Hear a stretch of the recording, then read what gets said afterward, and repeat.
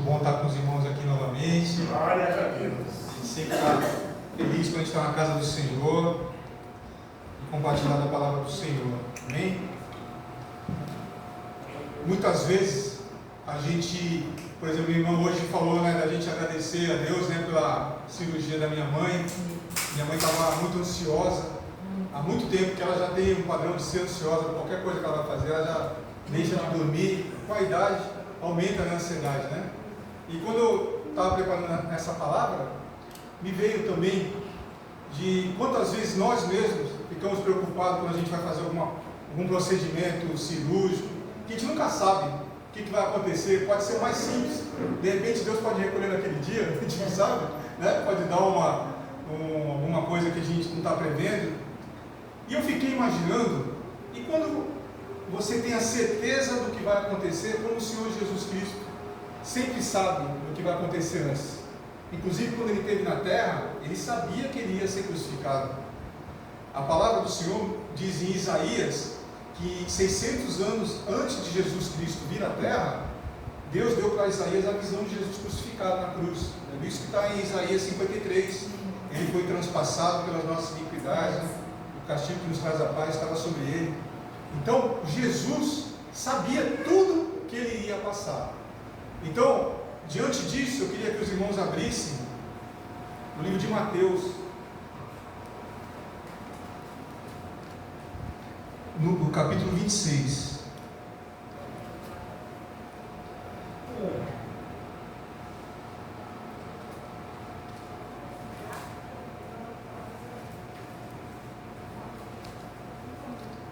Mateus, Novo Testamento, capítulo 26.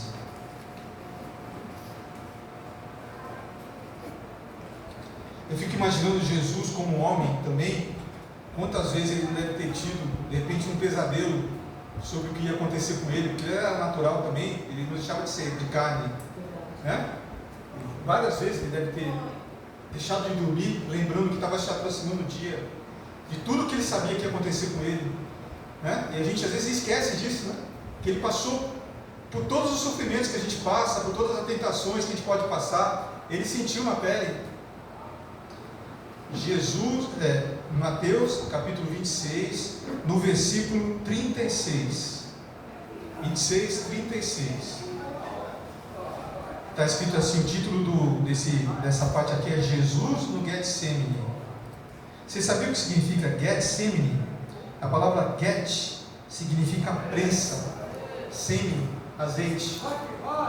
É ali onde ele ia ser prensado. Então está escrito assim, Mateus 26, 36. Então chegou Jesus com eles a um lugar chamado Getsemane e disse a seus discípulos: assentai-vos aqui enquanto vou além orar. E levando consigo Pedro e os dois filhos de Zebedeu, começou a entristecer-se e a angustiar-se muito. Então lhes disse: a minha alma está cheia de tristeza até a morte. Ficai aqui e vigiai comigo.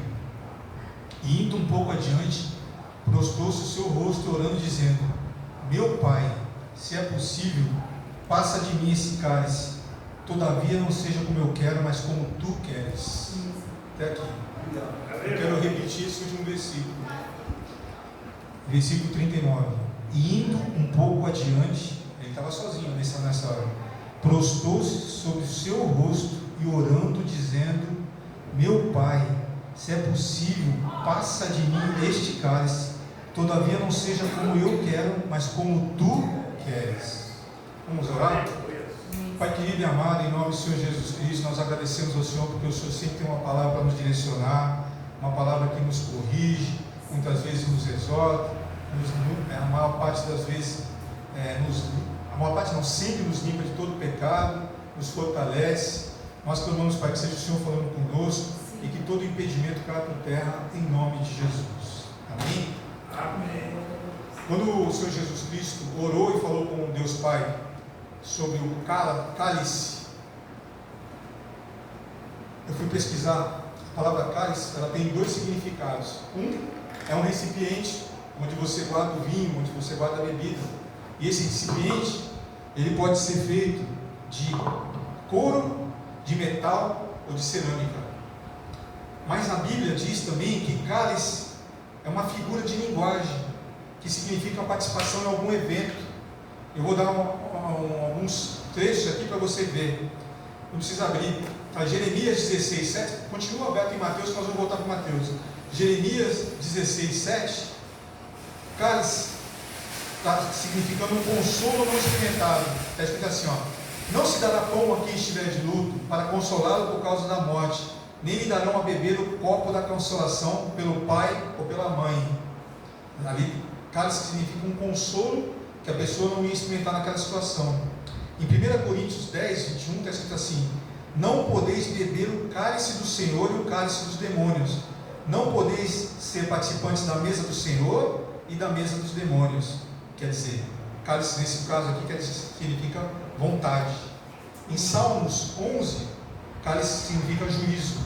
Está escrito assim: fará chover sobre os perversos brasas de fogo e enxofre, e vento abrasador será parte do seu cálice. Você vê que cálice, conforme a situação, tem um significado. Nesse caso do Senhor Jesus Cristo, quando ele fez essa oração, quando ele fala de cálice, refere-se à experiência de ter que passar pela tribulação da cruz, de ter que passar por todo aquele sofrimento. Ele não só seria condenado como ele foi, mas ele ia sofrer. Eu creio que, não sei se vocês já viram algum vídeo, na internet tem muitos vídeos que mostram, principalmente nos Estados Unidos, aqueles presos condenados à morte. Muitas vezes eles são altivos, né, são soberbos, mas vai se aproximando o dia, vai se aproximando a hora. Quando chega a hora, a maioria está totalmente entregue.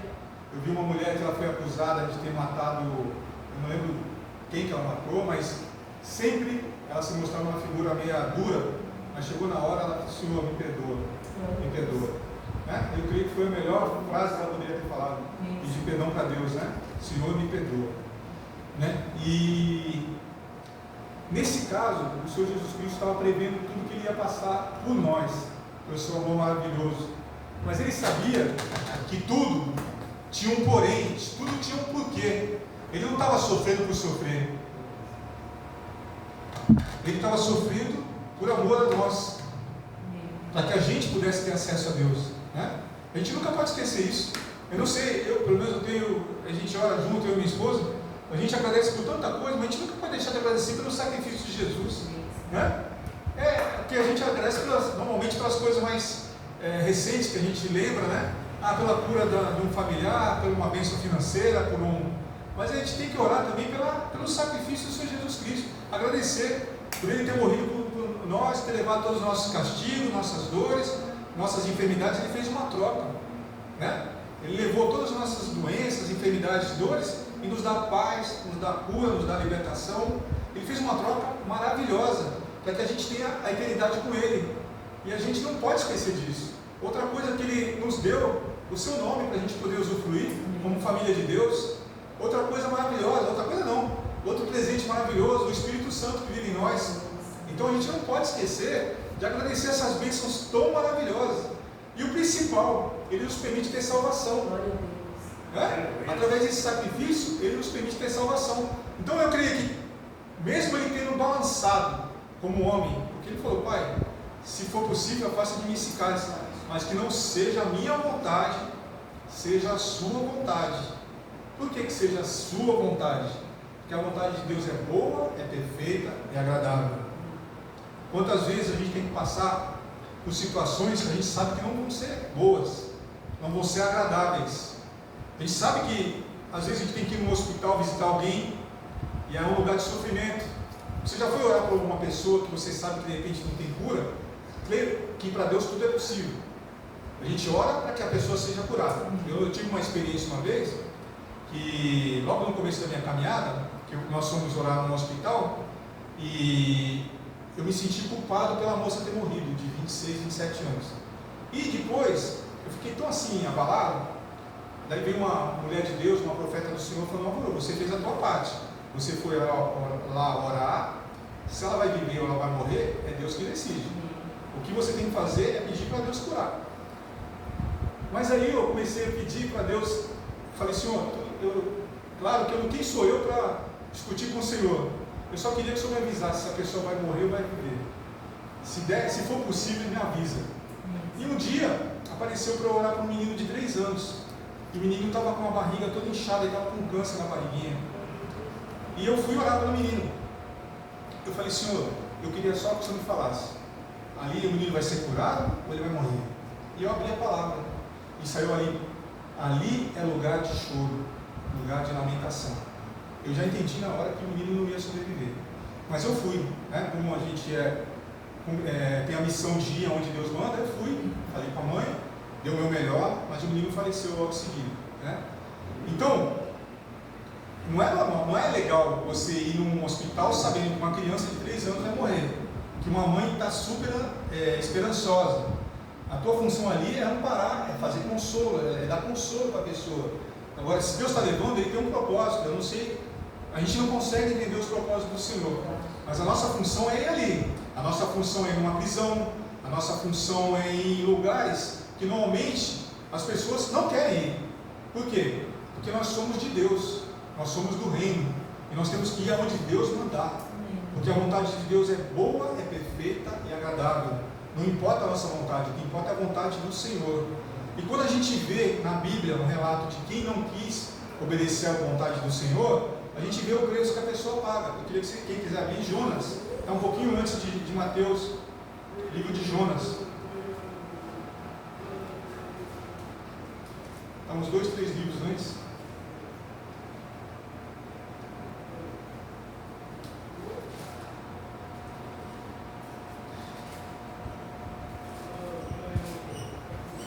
Deixa uma água.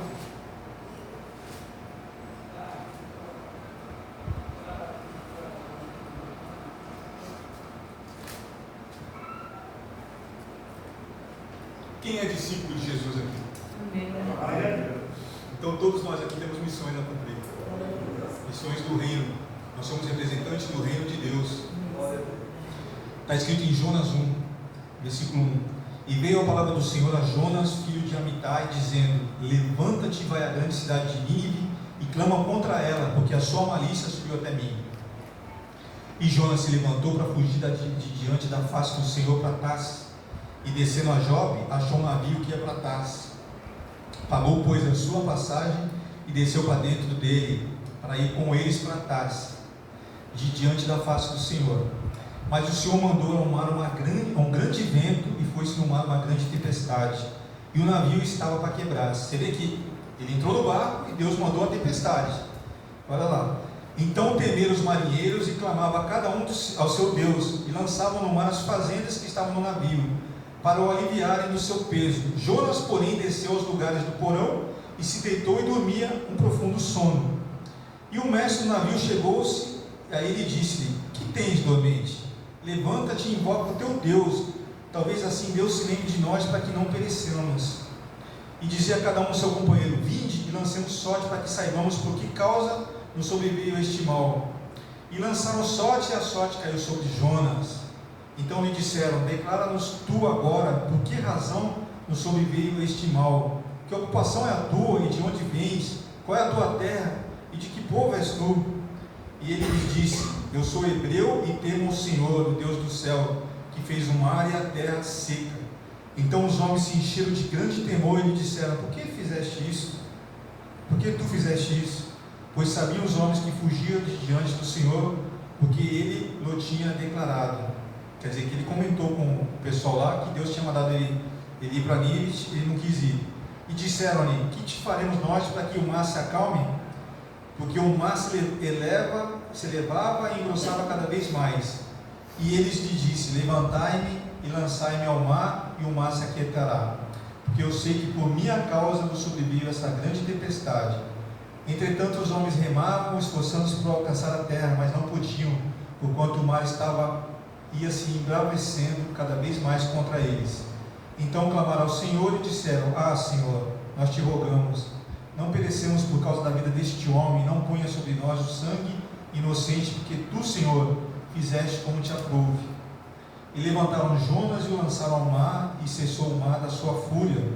Temeram, pois, estes homens ao Senhor com grande temor, e ofereceram sacrifícios ao Senhor, e fizeram votos.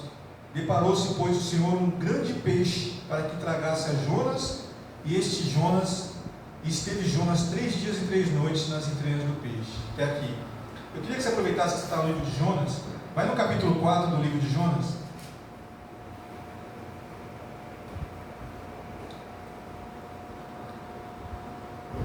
Lê no 4:11, 4:10.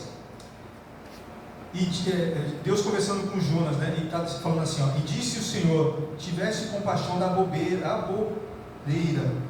na qual não trabalhaste nem a fizeste crescer, que nem uma noite nasceu e uma noite pereceu. E não hei de eu ter compaixão da grande cidade de Nínive, em que estão mais de 120.000 homens, que não sabem discernir entre a sua mão direita e a sua mão esquerda, e também muitos animais. Até aqui. Por que eu quis que você lesse comigo aqui? Para você ver que Jonas, quando Deus falou para ele ir para Nínive, eu até estudei, né? Todo mundo acho que já deve ter escutado alguma vez alguma pregação sobre Jonas. Por que ele não quis ir? Porque ele achava que aquele povo não merecia escutar a palavra de Deus. Mas você viu quantas pessoas ali estavam precisando escutar a palavra de Deus? Só de homens eram 120.000 homens. 120.000 homens. Quantas pessoas nós mesmos aqui achamos que não são dignas de escutar nós falando de Deus? Porque nós às vezes nos consideramos mais santos que os outros. Muitas vezes a gente acha, não, mas aquele ali, não adianta eu falar. Acho que vai entrar por aqui, sai por ali. Mas a gente não sabe o que vai acontecer. Quem convence é Deus.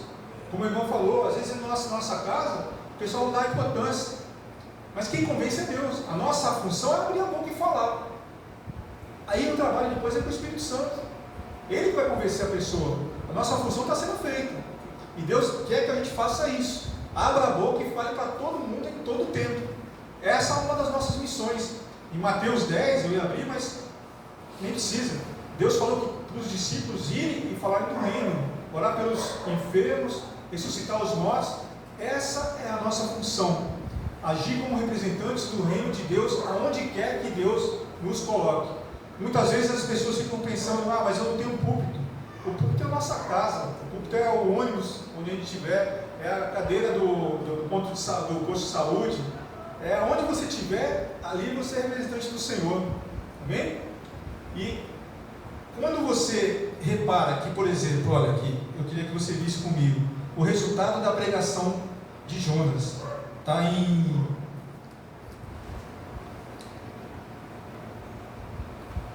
acho que está em Mateus,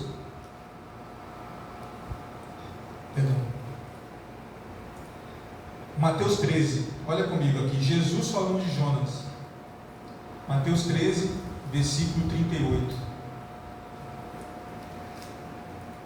Então, está escrito assim, Mateus 13, versículo 38. Então alguns dos escribas e dos fariseus tomaram a palavra dizendo: Mestre, quiséramos ver da tua parte algum sinal. Mas ele, Jesus, lhe respondeu e disse: Uma geração má e adúltera pede um sinal, porém não se lhe dará outro sinal senão o do profeta Jonas. Pois como Jonas esteve 3 dias e 3 noites no ventre da baleia, assim estará o Filho do Homem 3 dias e 3 noites no seio da terra. Os ninivitas ressurgirão no juízo com esta geração e a condenarão, porque se arrependeram com a pregação de Jonas. E eis que está aqui quem é mais do que Jonas. Olha o resultado da pregação de Jonas. Mateus 12, 38. Falei errado o capítulo. Mateus 12, 38. Mas aqui eu quis falar de Jesus comentando sobre Jonas, que é tão maravilhoso a gente ver Deus. Foi o que eu fiquei imaginando a gente, às vezes. Muitas vezes a gente fica com o pé atrás para ir em determinado lugar, e de repente Jesus falando que a gente foi e teve resultado. Eu quis mostrar que Jesus testificou que Jonas, através da pregação dele, 120.000 homens, fora as mulheres e crianças, se converteram. Está registrado na palavra. Quer dizer, teve resultado. Porque Deus mandou. Não é pelo que Jonas queria, é pelo que Deus queria. Não é pelo que Jonas via, era pelo que Deus podia fazer. Muitas vezes a gente vai para lugares onde a gente de repente até está olhando para o lugar, para as pessoas, e a gente acha, isso aqui eu acho que não vai dar em nada. Mas Deus sabe que a palavra dele vai até o coração, aonde ele quiser para dividir alma e espírito, né? Como a palavra diz, né? A palavra é espada, para dividir alma e espírito, ela penetra no coração daquele que está receptivo para o Senhor, para aquele que quer, que Deus quer trazer para ele. E a nossa função é fazer sempre a vontade do Senhor, que é sempre boa, perfeita e agradável. Muitas vezes a gente não sabe porque que a gente passa determinados desertos, mas quando você vai ver que deserto, muitas vezes a gente já viu esse tipo de pregação, é um lugar de preparação, de capacitação. Deserto é um lugar de passagem, onde você está saindo de um lugar de morte para ir para um lugar de vida. Deserto é um lugar de intimidade, onde ali você vai estar no silêncio para escutar a voz de Deus. É você e Deus. Deserto é um lugar onde a sua vitória está sendo preparada para você tomar posse ali na terra prometida. E às vezes a gente fica reclamando, por que eu estou no deserto? Porque a gente está obedecendo a palavra do Senhor. A gente está indo de contra a terra prometida, onde a gente vai ter bênçãos, onde a gente vai ter descanso. E eu creio que a principal, se fosse para resumir a pregação de hoje, é para a gente não desanimar, permanecer fazendo a vontade do Senhor, que os frutos da vontade do Senhor são maravilhosos. Amém? Essa palavra.